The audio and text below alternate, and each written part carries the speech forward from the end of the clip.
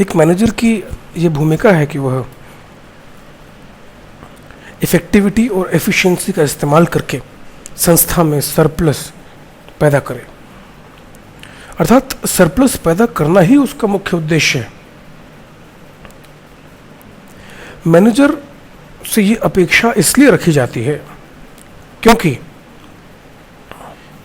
यदि सरप्लस नहीं रहेगा तो कठिनाइयों के समय में जब संस्था को पैसे की आवश्यकता है अपने व्यापार को चलाने के लिए, ऐसी अवस्था में उसको बाजार से पैसा उठाना पड़ेगा, जो उसके लिए एक लोन की राशि रहेगी, जो एक कर्ज रहेगा, जिससे व्यापार की बढ़ोतरी में जितने प्रतिशत की आवश्यकता है उतने प्रतिशत की आवश्यकता नहीं हो पाएगी। दूसरा मुख्य कारण, मैनेजर एक ऐसा व्यक्ति है जिससे हमेशा ग्रोथ की अपेक्षा की जाती है। और मैनेजर कभी भी विभाग की छटाई करके, उसे छोटा करके या कम करके उत्पादकता नहीं दिखा सकता। उसको वर्तमान में जितने अवेलेबल रिसोर्सेज हैं उसका पूरा इस्तेमाल करके ही अपनी उत्पादकता को बढ़ाना पड़ेगा। ऐसा करने के लिए मैनेजर के अंदर कुछ स्किल्स की आवश्यकता होती है। ये स्किल्स या तो उसके अंदर पहले से ही होते हैं या उनको विकसित करना पड़ता है। जैसे कि पहला स्किल है तकनीकी स्किल। तकनीकी स्किल का अर्थ है प्रोफिशिएंसी, और प्रोफिशिएंसी का अर्थ होता है सटीक जानकारी होना। एक प्लम्बर में गीज़र की बाथरूम फिटिंग, वॉशर एवं पाइप लगाने की विशेषता होगी, किंतु गीज़र के अंदर तकनीकी इलेक्ट्रिकल कार्य करने की उसके अंदर प्रोफिशिएंसी नहीं होती। अर्थात दो व्यक्तियों की आवश्यकता पड़ती है एक पुराने खराब गीज़र को फिट करने के लिए, एक प्लम्बर और एक इलेक्ट्रिशियन। किंतु यदि एक ही व्यक्ति के अंदर ये दोनों गुण विकसित हो जाएं तो वह दो व्यक्तियों द्वारा किए गए काम के पैसे का हकदार बन जाता है। यह तकनीकी स्किल। दूसरी विशेषता है ह्यूमन स्किल। यह स्किल प्रबंधक को, मैनेजर को एक टीम विकसित करने की क्षमता प्रदान करता है एवं टीम से बेहतर उत्पादकता लेने की क्षमता प्रदान करता है। ह्यूमन स्किल यह क्षमता देता है कि मैनेजर अपने टीम मेंबर्स के अंदर पाए जाने वाली कॉम्पिटेंसीज को खोज सकें और किस व्यक्ति में किस कार्य करने के प्रति कैसा रुझान है, इस रुझान को जान सकें। ह्यूमन स्किल मात्र ही कठिन से कठिन काम को कम से कम अवधि में कराने की क्षमता का अभिप्राय है।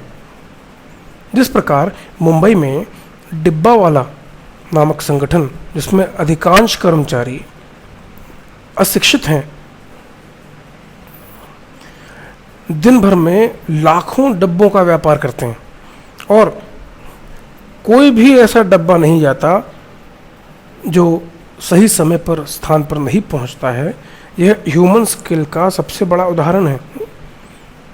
अर्थात ह्यूमन स्किल होने के लिए प्रबंधन की डिग्री होना आवश्यक नहीं है, किंतु मानवीय भावनाएं एवं मनुष्य की विभिन्न अभिव्यक्तियों, व्यावहारिक अभिव्यक्तियों की संपूर्ण जानकारी होना बहुत ज़रूरी है, जिसके लिए मैनेजर को एक्सट्रोवर्ट होना चाहिए। यदि वह इंट्रोवर्ट है तो वह इन चीज़ों से बेहतर तरीके से रूबरू नहीं हो सकता। तीसरा इम्पॉर्टेंट स्किल है कंसेप्चुअल स्किल। यह स्किल मैनेजर को एक विज़न देता है और कंसेप्चुअलाइज करने की शक्ति देता है। आने वाले समय में किस प्रकार की कठिनाइयाँ पैदा हो सकती हैं एवं उन कठिनाइयों से जूझने के लिए कैसी टीम, कैसा प्रबंधन, कितने धनराशि की आवश्यकता है, इस सब का पहले से ही प्लान करना और उस प्लानिंग को इम्प्लीमेंट करने की एक रणनीति तैयार करना ही कंसेप्चुअल स्किल कहलाता है। यदि मैनेजर के अंदर यह स्किल है तो वह सरप्लस पैदा करने में पूरी तरह सक्षम है। कंसेप्चुअल स्किल विजन पर आधारित होता है। यदि मैनेजर की स्वयं की कोई विचारधारा नहीं है तो वह कंसेप्चुअल स्किल विकसित नहीं कर सकते, क्योंकि वह विजन नहीं है उसके अंदर। अर्थात विजन प्राकृतिक और स्वयं की खुद की होनी चाहिए।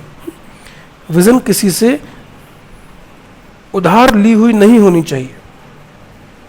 हो सकता है हमारी विजन जब हम शुरू में तैयार करें तो लोग उससे सहमत ना हों, किंतु हमारे पास उसके स्वयं के ऐसे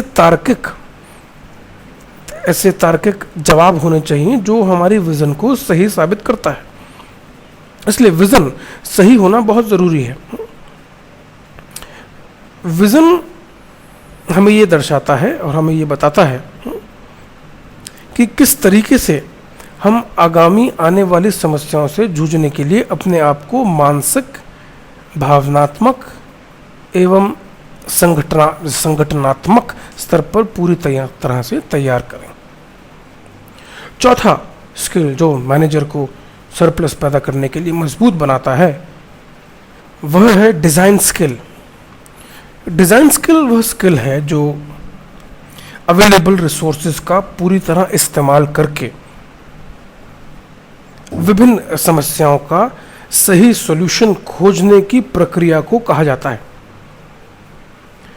एक मैनेजर जिसमें डिज़ाइन स्किल है वह यह क्षमता रखता है कि वह किसी भी समस्या का सॉल्यूशन दे सकता है। अर्थात टीम भी उसमें पूरी तरह विश्वास रखती है, क्योंकि टीम के प्रत्येक सदस्य को ये मालूम है कि जब भी वह कोई समस्या लेकर के अपने मैनेजर के पास जाएगी या जाएगा तो उसको उसका सॉल्यूशन मिल जाएगा।